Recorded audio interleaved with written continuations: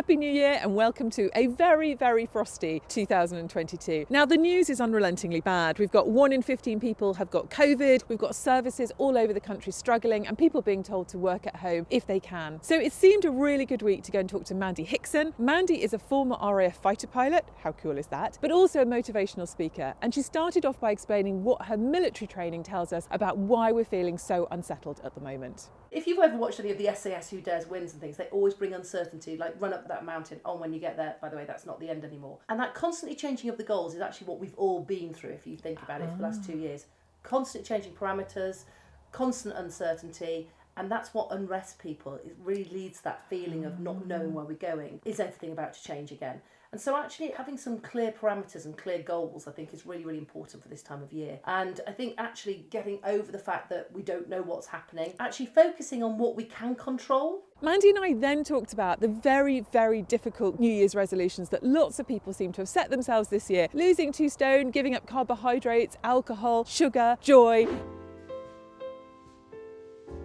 And how statistically we know so many of those endeavours are going to fail. So instead, we looked at the gorgeous list that The Guardian put out of 100 small changes that you could make to your life to make it just a bit better. Have a look. How many of us look around our desks if we're working from home and our office are like cluttered spaces, and you look on the floor and you're thinking, okay, it's all out of camera view, but there's a load of rubbish underneath. Why not just seize that back? Get our office space as if it's somewhere that we want to be. Put a candle on the desk. Yeah. She says, looking around, for, where is your candle? Where's my candle? Upstairs, it's in my office. What can I say? And there was a lovely one I loved in there. Plant spring bulbs. Yeah. You've been doing that. I've been doing it and I've been loving it, and I've even been coming to my husband, making him come and look at all of my bulbs that are coming out. Take pride in what they can. I think you're right. If you were inviting people over into your office, you would make it look really nice, but you don't bother to do that for yourself. I know loads of people are camped out in kids' room, dining room tables, kitchen tables. There's only so much you can do, but everyone can get a candle and a pot plant. Go and connect with nature. Yeah. Take your half an hour walk. Don't take your phone with you. Yeah. Actually don't put AirPods in. Listen to what's going on. The weird thing I have with that is at the time, I sometimes think, okay, I'm walking. Is this feeling amazing? It doesn't always feel amazing, but you always feel better afterwards. You do. There's something about being outside. The green colour as well. It's stimulating and it re-energises you. So you're coming wild swimming next week? I'm coming wild swimming. I will too.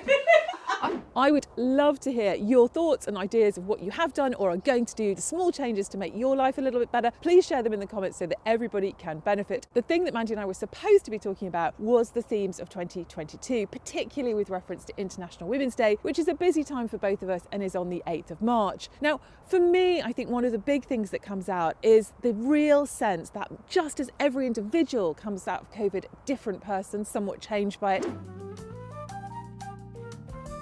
every organisation also comes out of it different. Our competitor sets are different, our customers are different, our teams feel very differently. And so really what we need to be thinking about is redesign. How do we redesign for the world that we are emerging into? That's the theme that I'm going to be focused on next week, with reference to the hybrid research that we did at the end of last year into what was and wasn't working, with a hope to give us some practical ideas to plan ahead. I really look forward to your small changes, and I look forward to seeing you next week. And I will of course be updating you on whether I managed to persuade Mandy to go wild swimming in a world that looks as freezing as this one. See you next week.